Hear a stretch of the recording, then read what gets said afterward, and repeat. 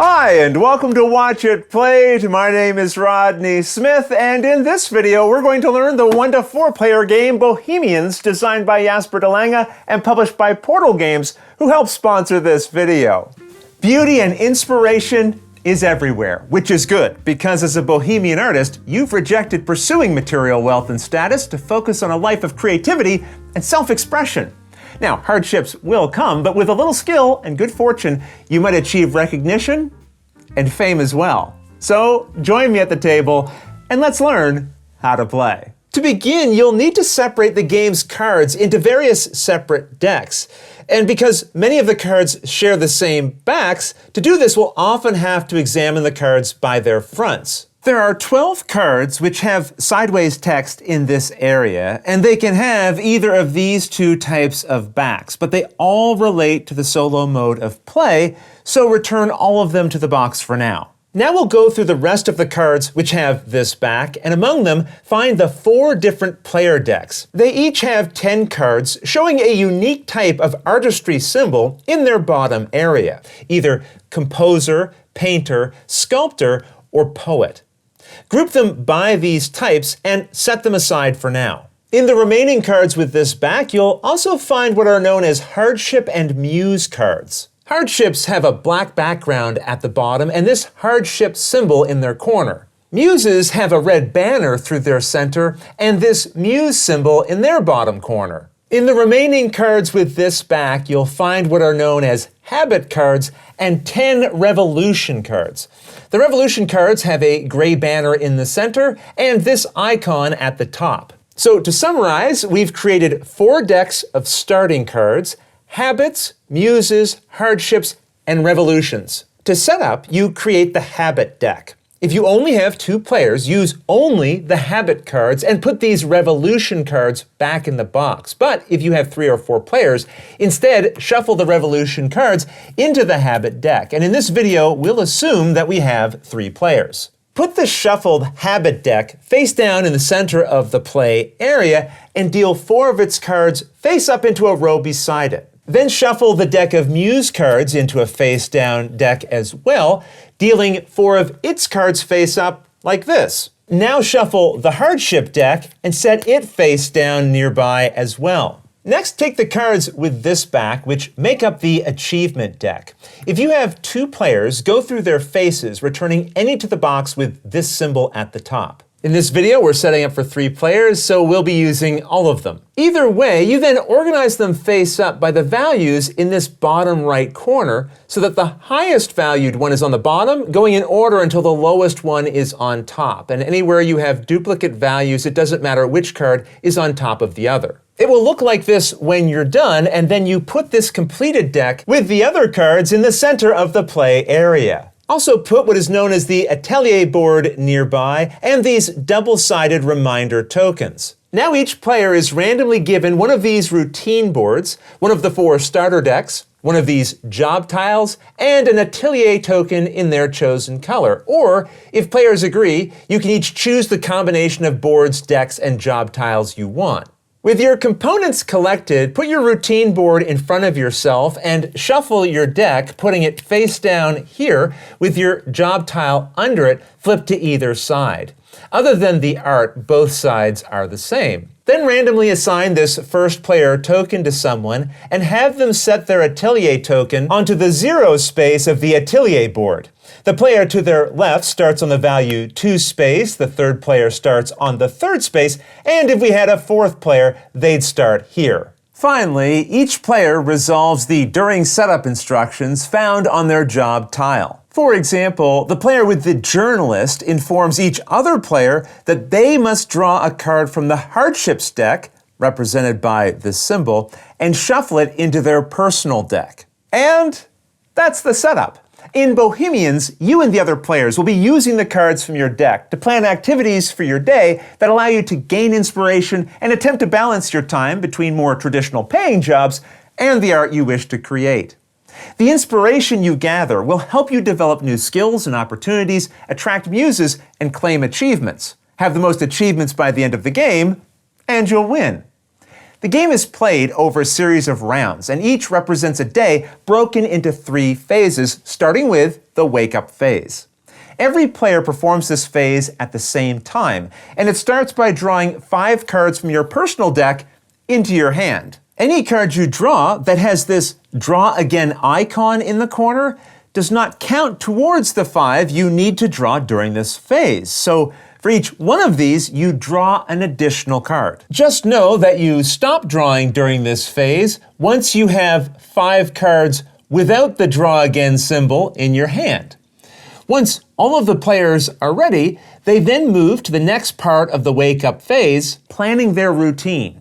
Here, each player decides how they want to spend their day following 5 steps that they'll all perform simultaneously. First, if you're holding any cards with this icon, you may choose to reveal as many of them as you like, resolving each effect printed with them here.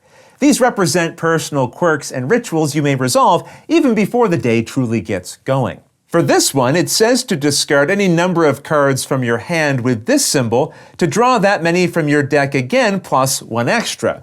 A card with that symbol will have it in this area. Anything you discard goes into a personal face-up discard pile that you'll keep in the area here.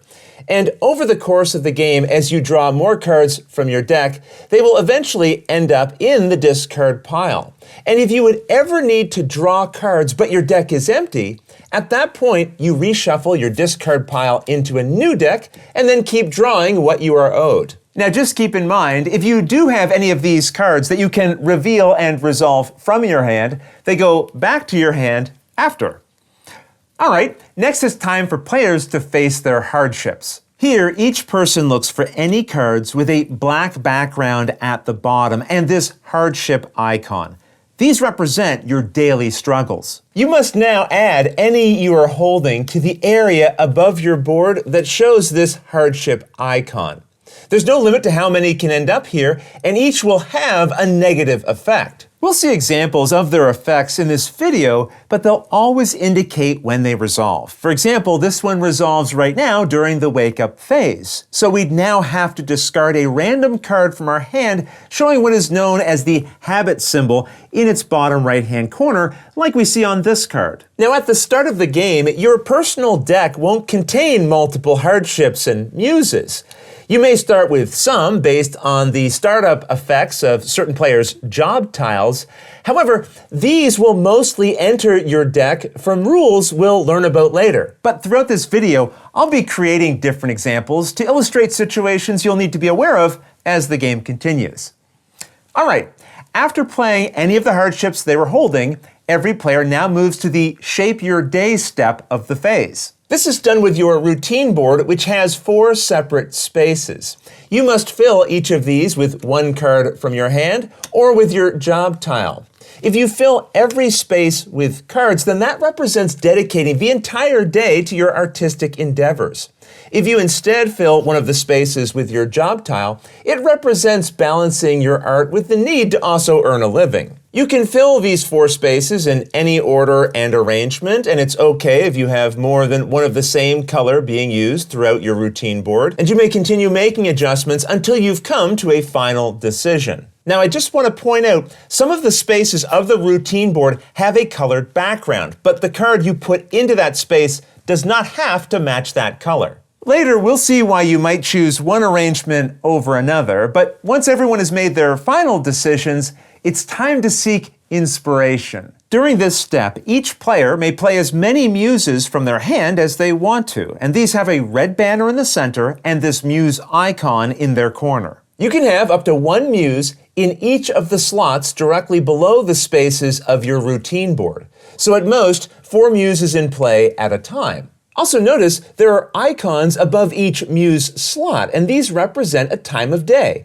morning, afternoon, evening, and night. Each muse shows these symbols at their top, and you cannot put a muse in a slot if its icon is crossed out there. So Valerie here could go into any one of these 3 spaces, but not this one. Some muses show a colored background and chained habit icon here, and this means in addition to the restrictions shown at the top, this muse must also be played attached to a blue habit. A muse is always considered to be attached to the habit in the slot above it. So this muse is attached to this habit. And for this muse to be played at all, it must have a blue habit above it. That said, some cards have a gray banner, and you're allowed to treat them as any one single color during the current turn.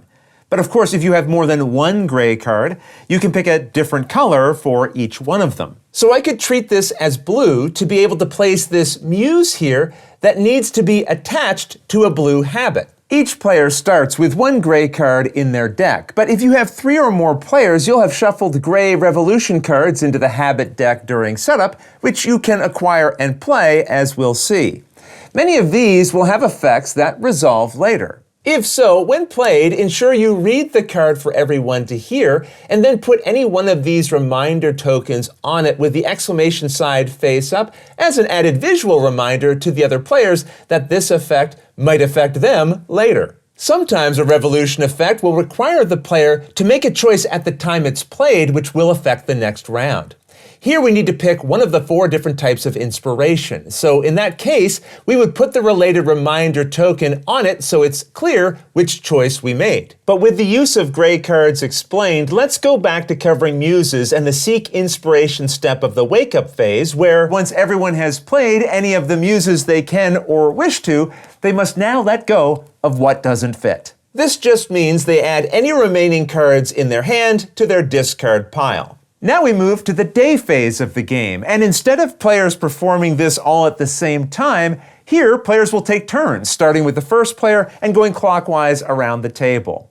On your turn, you'll perform all of the day phase steps, starting with narrating. Here you may tell a story about the day that your artist just had. I might describe waking up restless and uninspired, so I wandered the streets until I came across my friend Valerie. She shared some of her recent discoveries with me and reminded me of the value of remaining curious about life. So later, when I found myself in my favorite restaurant, I engaged with some strangers in a lively conversation about politics and philosophy, to the point where I was so wrapped up in our conversation, I forgot to order food for myself. Before I knew it, I had to rush off to get to my job with the local paper, but my various encounters throughout the day had ignited my spark of creativity, and I was in the mood for painting that evening. Now I'm having some fun with this, but that's the idea. Have as much fun with this step as you care to, but that also means you can keep this very short or skip over this step if you like according to your group's taste. But after, the current player needs to count their inspiration. The main way you gain inspiration is by having created these types of symbols on the cards you played to your routine board. They represent focus, playfulness, curiosity, and expression. You'll notice your habit cards will show some combination of one half of these symbols on both of their sides. You'll also find some printed directly on your routine board. Anywhere 2 halves join to make a whole symbol, you gain 1 point of inspiration. So here I have 1, 2, 3, 4, 5 complete symbols, which means I have 5 points of inspiration. Some cards may show 1.5 symbols together, but unless the half portion of it is also completed, you do not count the full symbol it shows. In other words, if these cards were in my display this way, then these symbols here are not generating any inspiration. However, if this card was here, now these are generating 2 points of inspiration, and a pairing like this would generate 3 points of inspiration. Also pay attention to habit cards in your routine with effects in this area. They may increase your inspiration, which is represented by this symbol. For example, this gives you 1 inspiration for each complete curiosity symbol in your routine to a maximum of 3. Now, some habits will have an effect that can only be resolved if it is combined with a muse, as it says here. This just means the habit must be in a slot above a muse like this, otherwise you can't resolve its effect. You'll also notice each routine board has a pre-colored morning and night spot. If a card in that spot matches the color underneath it, you gain an inspiration as this icon reminds you. And don't forget, gray cards can count as any single color for the entire round, so if I wanted to, I could say this was purple, and then I'd gain another inspiration. But in this case, to have been able to play this muse here earlier this turn, it would need to have been attached to a blue habit.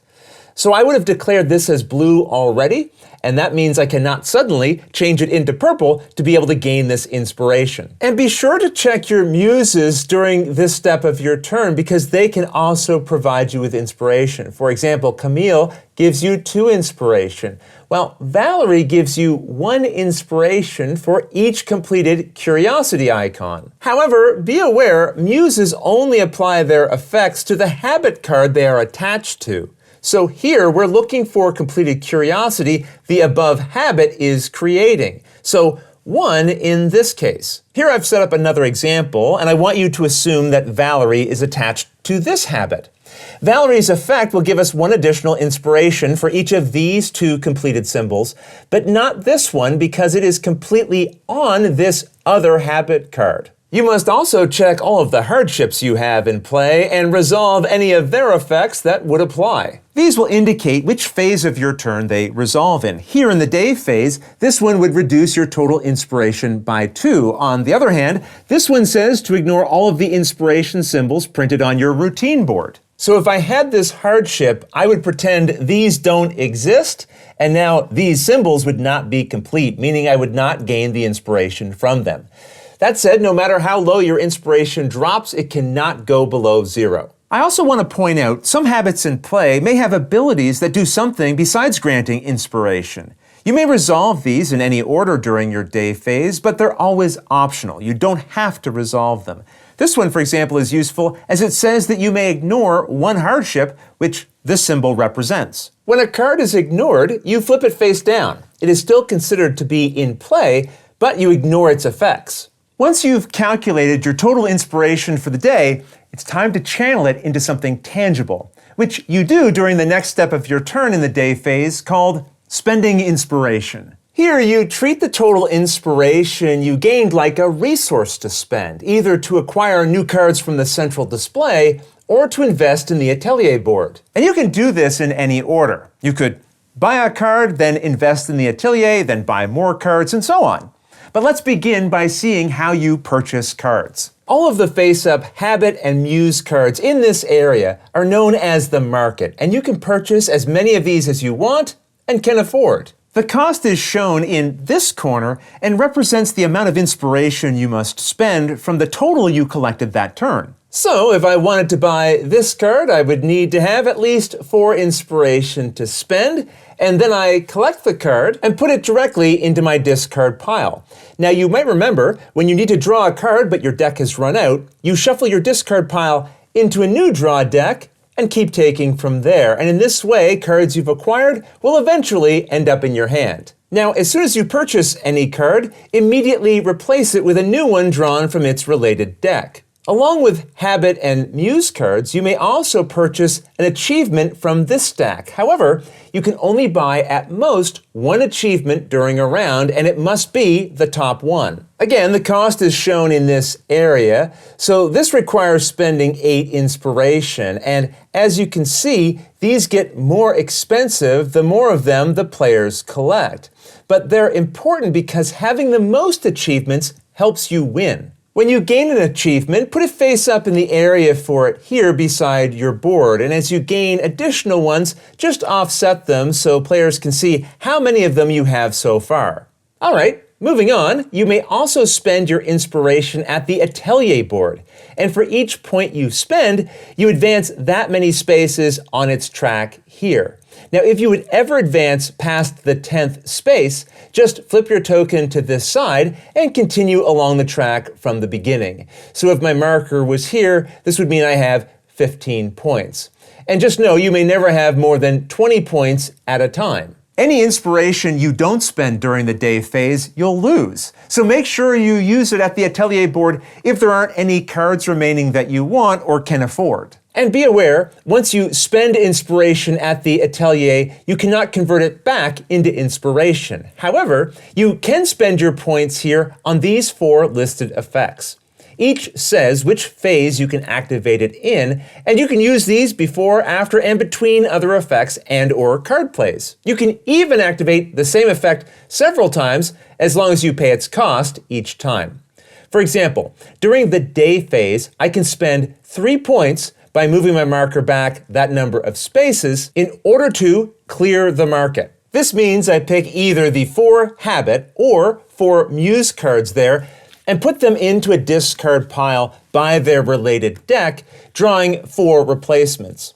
Now, if you would ever run out of cards to draw from a related market deck, just reshuffle its discard pile into a new one. During the wake up or day phase, you can spend 4 points to ignore 1 hardship, which we know means you flip it face down and ignore its effects. As it shows here, in the wake up phase, you can spend 5 points to draw 2 cards from your deck. And remember, anytime you draw a card with the draw again effect, it doesn't count against what you are owed and you draw again. Finally, this indicates you have the option to spend 6 points to reject 1 card.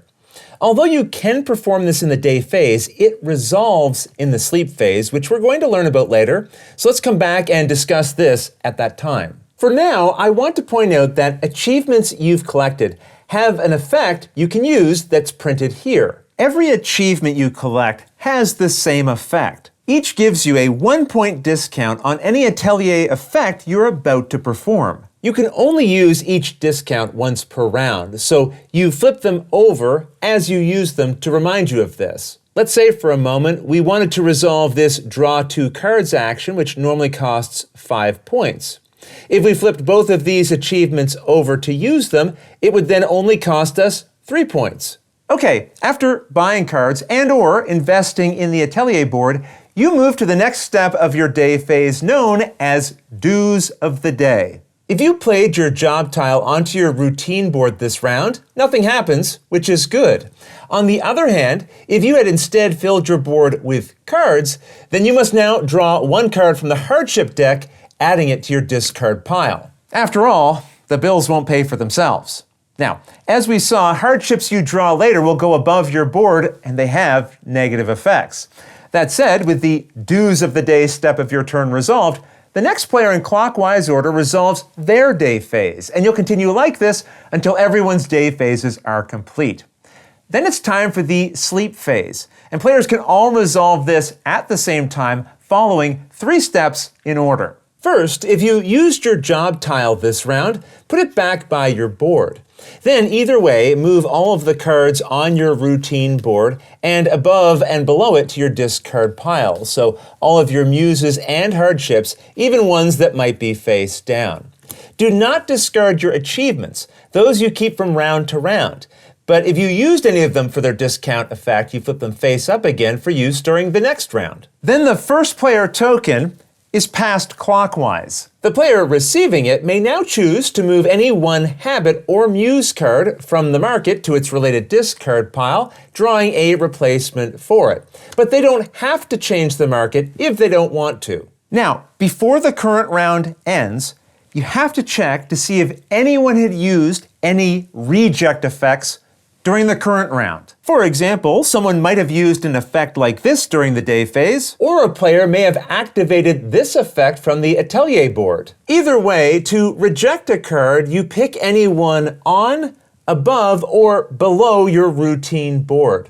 The card you pick to reject will stay where it is during the round, but at the very end of the round, you return it to the box. In other words, it leaves the game entirely. So this is a way you can get rid of a hardship or any card you simply don't see the value in any longer. Now, after the sleep phase is over, the next round begins with players drawing 5 new cards, planning their day, resolving it, and so on, until eventually a player earns their 5th achievement if you have a 2 or 3 player game, or their 4th achievement in a 4 player game. In either case, the players finish the current round, and after, the player with the most achievements wins. If there's a tie between players for most achievements, then the tied player with the most Atelier points wins. And if there's still a tie, then the tied players share the victory. Now, I just want to point out, if the achievement deck is empty in the final round of the game, and there are players who could still gain one on their turn, they just take any unused card as a replacement, maybe one of these from the solo mode of the game, and they treat its cost as 15 inspiration points. But remember, each player can only gain, at most, 1 achievement card per round. The game also comes with a set of rules for solo play that are similar to the multiplayer rules, as well as another more involved solo mode that has you going up against 3 different time spirits, each with their own boards, components, and rules. And you can play against those time spirits in a cooperative 2-player mode as well. But all of those rules I'll leave for you to discover on your own. Otherwise, that's everything you need to know to play Bohemians. If you have any questions about anything you saw here, feel free to put them in the comments below and I'll gladly answer them as soon as I get a chance. You'll also find forums for discussion, pictures, other videos, and lots more over on the games page at Board Game Geek, and I'll put a link to that in the description below. And if you found this video helpful, please consider giving it a like, subscribing, and clicking that little bell icon so you get notification anytime we post a new video. And if you'd like to support us directly, you can join our Patreon team, which I'll have linked below. But until next time, thanks for watching.